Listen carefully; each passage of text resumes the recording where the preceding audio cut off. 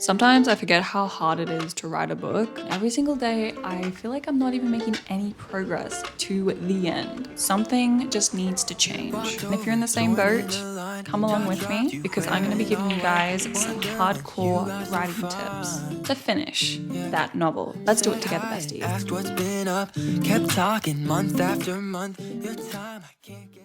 Hey Rally besties, welcome to my channel. My name's Anna. A lot of people don't know what I actually say when I say writerly besties. It's a made up word, but you guys are just like besties who write novels. That's kind of what writerly means. Anyways, today I'm very excited to be getting into some hardcore, this feels like Iron Chef sort of like hardcore writing advice to finish that novel. I actually was able to finish a novel in around 3 and a bit months called Project BB. It's a book that I simply just needed to get done and I got it done.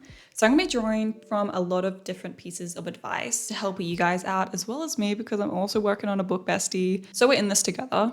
So these are 12 of the best hardcore tips. Like we're not messing around, guys. We are actually like genuinely gonna finish this book, okay? But before we get on, I want to give a quick little shout out to Alfred Eden. Thank you so much, Alfred Eden, for gifting me some clothes. One of them, of course, includes this adorable jumper. Because we're getting real today, so we gotta get real with our style, you know what I mean? But this is literally so Rory Gilmore like vibes, and I thought it was the perfect fit for this video to get what we want. It's so cute, and it's literally the perfect winter autumn vibe since a lot of you guys are going into autumn apparently, not here in Australia.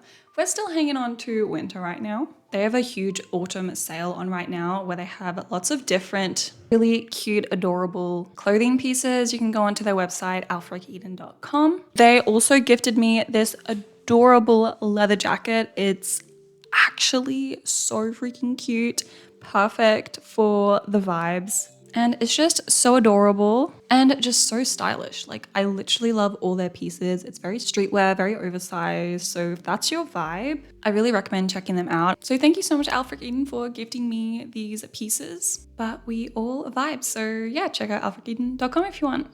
But with that done, let's go ahead and get on to the hardcore tips. There's 12 of them, so let's get this rolling. Okay, I'm gonna bring something on the screen and you have to tell me whether or not this actually stops you from writing your book. Your phone?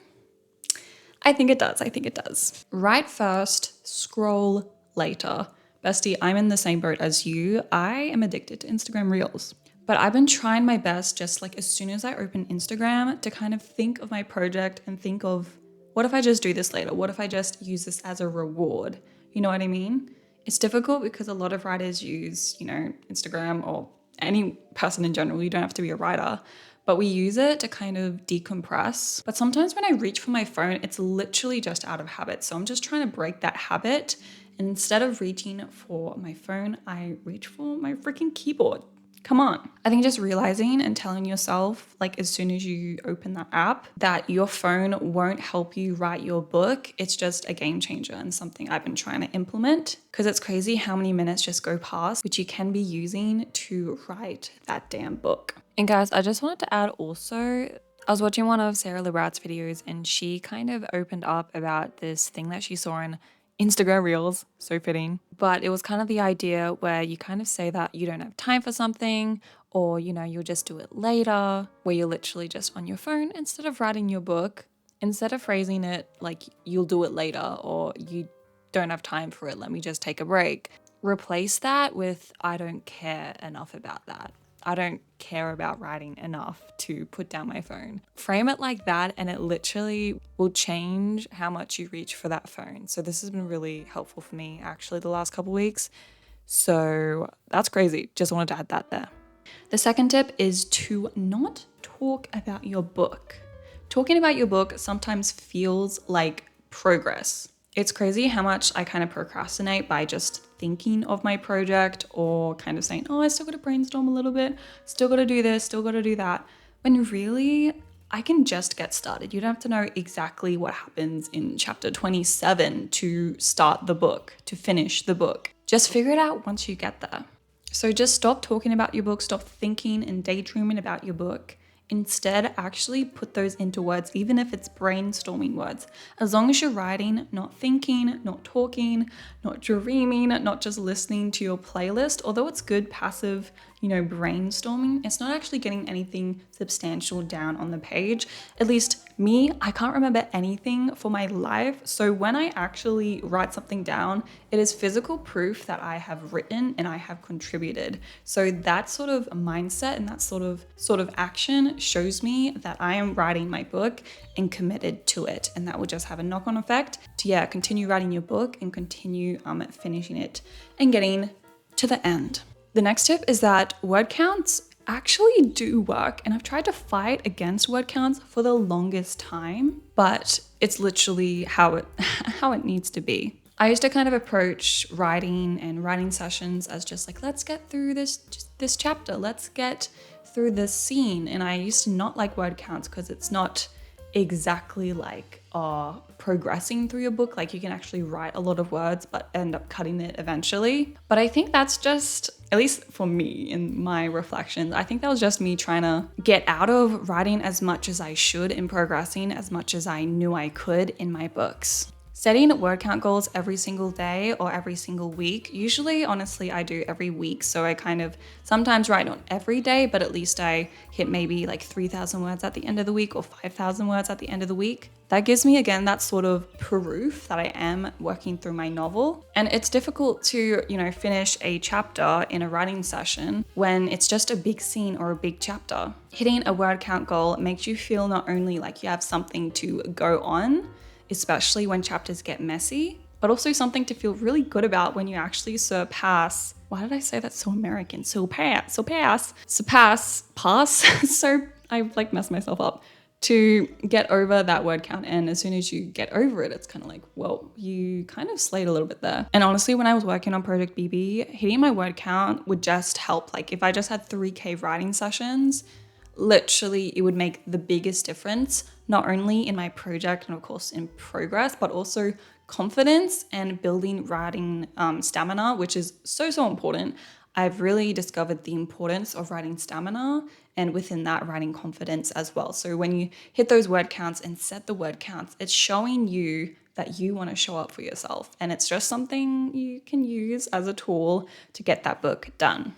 The fourth tip kind of works a little bit in tandem with that, and that is to brute force your way through writing the book, essentially.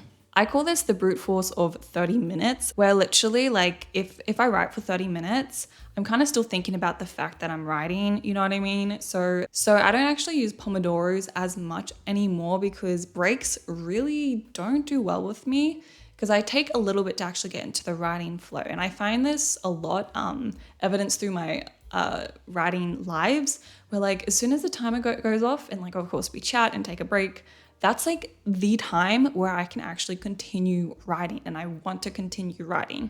And of course, brute force helps you actually start that process, get over the fact that you're thinking about these minutes going by and into your flow state, which is where you want to get to.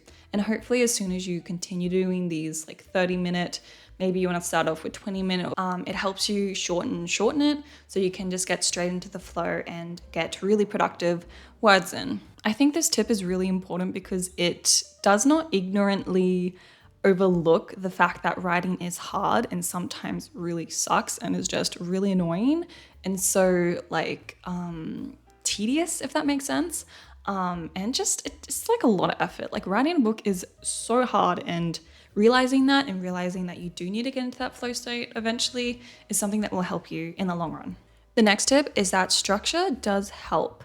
Structure your story. I find that structuring scenes, structuring my arc, structuring character dialogue, it all helps getting that book done and getting to the next chapter. Literally, your goal is just to get to the next chapter. In the third act, you know that there needs to be a dark fall moment where your characters essentially feel like they've lost everything. What's that called? I forget. I literally have this right here. Oh yeah, it's the all is lost. That's right. You know that all is lost is going to come up, and that's when, of course, the characters are just like, okay, we've lost. Everything is dead, everything is lost. And that structure helps you get to that point. So keep in mind the structure and what you've actually already done and ticked off and what you have to go. Essentially these beats, knowing your beats helps you write the story. It helps you get to the next point, and that's kind of the basics of this tip. I don't think there's anything else to elaborate. Okay, number 6 is important because it lets you know of like how you write your story and just like what sort of writer you are. This can change as you're writing as well. But you're either 1 or 2, and I'm curious maybe if you guys want to comment below what you are. And I think about these 2 categories as like how you would if you're a student. Like, are you basically the student who works on an assignment, like, you know, every few days, so that when you get to the final deadline, you're able to submit it? Or are you the other one, which is me, who kind of waits till the last week and brute force and kind of just writes it all there and there? I fall into the second category because I like to have kind of full writing days, maybe once or twice a week, or writing sessions where I kind of spend a whole night writing. And that means that I don't have to spend, you know, maybe 30 minutes or an hour every single day, because I know that eventually throughout the week, I will have that sort of time, that big block of time. So knowing what you fall into is important because you're able to actually capitalize on that and move your schedule through that, because that depends on what sort of learner you are, what sort of writer you are, just how you approach projects. Do you like to do things in increments, or do you like to do things in chunks, which is what I like to do? Just because of my schedule, that's just how it works, because I'm a student, full-time student. I do work, I do YouTube. So it's something that helps me if I'm able to block things out and get things over and done with. Even like how I film videos, I like to sit down, film a video, then edit it, you know, the next couple days, and then get it out within like 2 days or 3 days since I filmed it. When a lot of YouTubers, you know, kind of plan the video, then sit down, maybe they have like multiple B-roll, then they edit. It's the same sort of principle. So knowing what you are helps you schedule in those writing sessions so you're able to finish that book quicker. The next tip, which is tip number 7, is to make a deadline and treat writing like a job. I so often, and I'm still guilty of this, treat writing as a hobby, as something I can do in my spare time, which of course I do, but something I kind of do if I have time instead of prioritizing it. And although this seems like a lofty, very same, you've probably heard this tip over and over, something that I really appreciate with it is that you can make deadlines and treat yourself as if you are a writer. Treat yourself as if you are an author. This is a sort of manifesting sort of vibe, but not really. I guess it just helps you, of course, keep up with your writing stamina and realize that in order to be a writer, you have to act like it. You have to actually, you know, put deadlines on yourself, be disciplined. And it's a really sad and it's really sad to have to be disciplined. But it's just the truth of the matter. And I found that with Project BB, I would simply make deadlines. I'll be like, no, Anna, you just have to do 10K. You have to write 10K this week. And I would be so surprised once I do it. Or I had like a 10K writing day. I wrote 10,000 words in a day just because I was like, no, I need to get this book done. I promised myself I would get it done during June, and it's coming up, so I just got to make more bounds. And I put those deadlines on myself, and of course, it can be shifting, it can be flexible deadlines, but as long as you kind of keep yourself accountable and just treat yourself as a real writer on a deadline, as if you need to get this book to someone. Treat yourself as if that's happening. The next tip is quite simple and quite quick, and that is that when you're writing, I guess it's more of a practical tip, but it is to just start with action, especially if you're writing your first draft. Don't think about exposition too much. Don't think about character monologue, you know, don't get too into it. If you really want to continue writing your story, sometimes the best way to go through it is to just start with the action, start with the dialogue. Just get that scene flowing into the next. The next tip, tip 10, we're nearly there, is plotting. I find that wondering and kind of pantsering just kind of leads to confusion.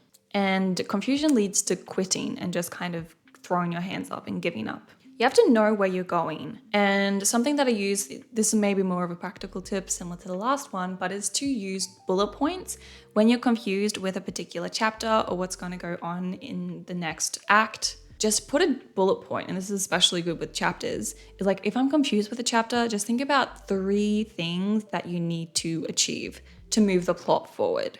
The next tip, these are very practical tips. I realize that I'm finishing off, but it is to finish your chapters with cliffhangers.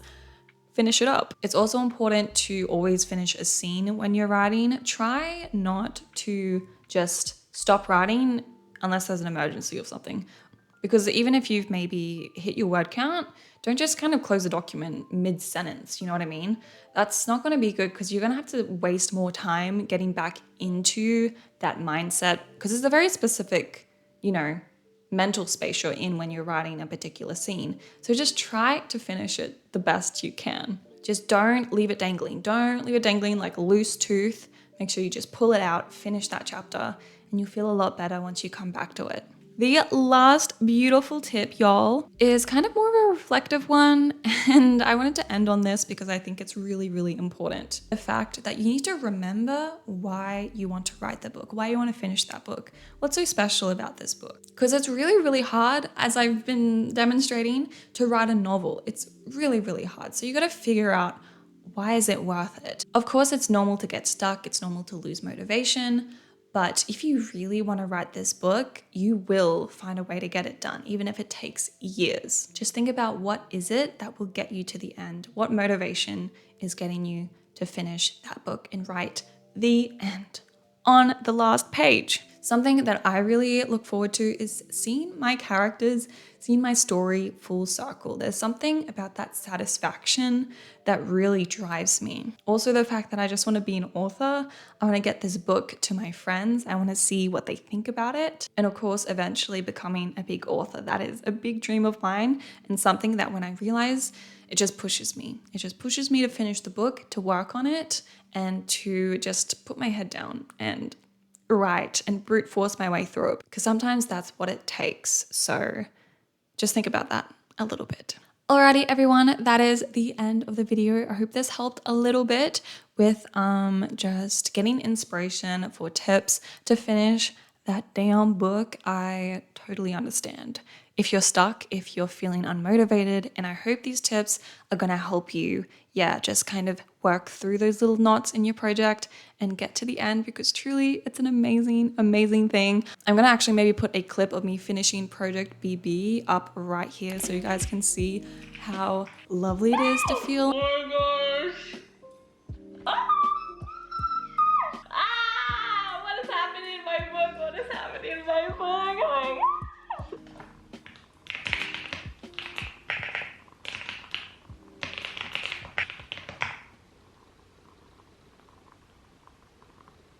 And if you want to get motivated, please check out my documentary of finishing Project BB start to finish. Truly, those sorts of videos motivate me so freaking much. And I just know that you guys will love it. It's like over an hour long. I worked really hard to put it all together. So I hope you guys enjoy it. It's in the iCard if you guys want to check it out. Thank you again, Alfred Eden, for sending me some snazzy stuff. I'll have their links in the description if you guys want to check out and browse a little bit for yourself, because I literally wear a lot of their things in my videos.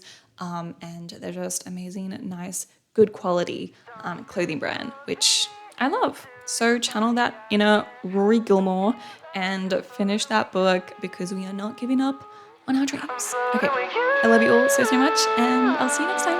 Bye.